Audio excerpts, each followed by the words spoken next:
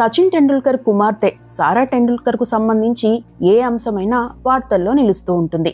కొన్నిసార్లు తన బాలీవుడ్ స్నేహితులతో పార్టీలు చేసుకుంటూ కనిపిస్తుంటుంది ఈ స్టార్ కిడ్.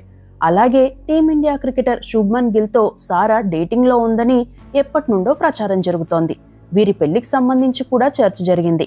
అయితే కొన్ని రోజుల క్రితం వారిద్దరూ విడిపోయారని బాలీవుడ్ లో టాక్ వచ్చింది. అంతేకాదు ఇద్దరూ ఇన్స్టాగ్రామ్ లో ఒకరినొకరు అన్ఫాలో చేశారట. ఈ రూమర్లపై అటు సారా కానీ ఇటు గిల్ కానీ ఎప్పుడూ అధికారిక ప్రకటన చేయలేదు. అయితే ఇప్పుడు సారా టెండూల్కర్ జీవితంలోకి కొత్త వ్యక్తి ప్రవేశించారని చెబుతున్నారు.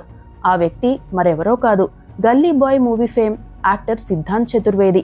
ప్రస్తుతం సారా సిద్ధాంత్ డేటింగ్ లో ఉన్నారంటూ హిందీ చిత్ర పరిశ్రమలో తెగ ప్రచారం జరుగుతోంది.